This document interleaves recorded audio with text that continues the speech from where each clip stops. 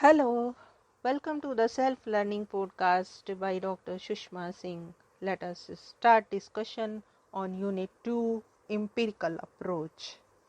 And our topic is what is normal. The other dimension to studying the social world relates to what is normative and conforms to standard or regular or usual or typical pattern. The task is to decide what is normative and what is pathological. To Durkheim, the decision of what constitutes the normal is the moot point on which social science rests. In the earlier phase of social science research, a kind of society was taken for granted that was homogeneous, or everyone had the same values and norms. But increasingly, it was realized that such a society was only the dream of ethnographers.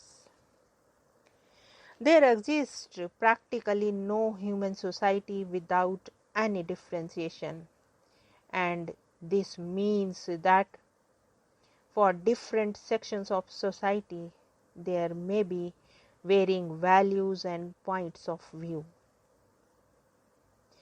An increasing criticism arose with the rise of the feminist and also the subaltern and the third world perspective.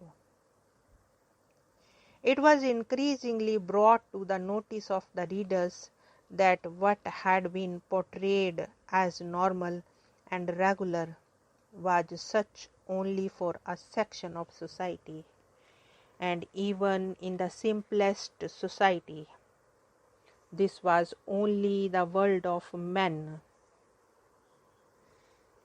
Such considerations lead to revision of the theoretical stances, including that of multiculturalism, that has now become an important dimension of social research in the context of the global movement of people from one country to settle down in another country.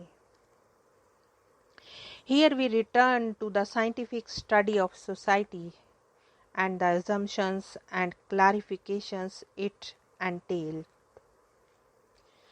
Earlier, the evolutionary social scientists had assumed that it was possible to have a universal referent to judge the normal, and more importantly, there was something that was normal as compared to the pathological.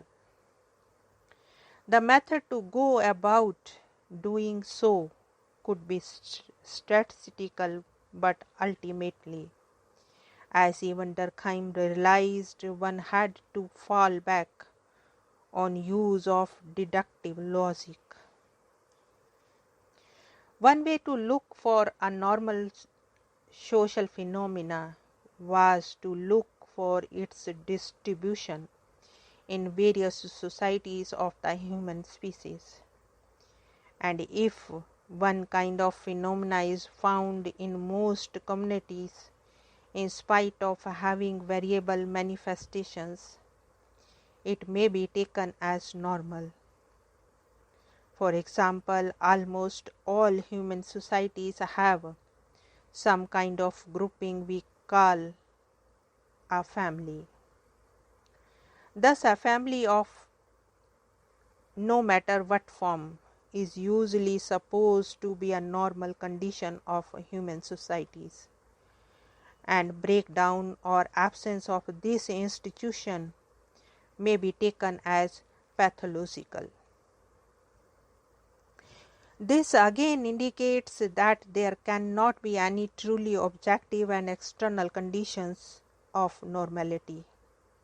If normality is to be contextualized to its occurrence in different societies, Moreover, while considering distribution or occurrence in space, one cannot overlook temporal distribution of a phenomena, again raising the question that what is normal at one point of time may not be so in other historical periods.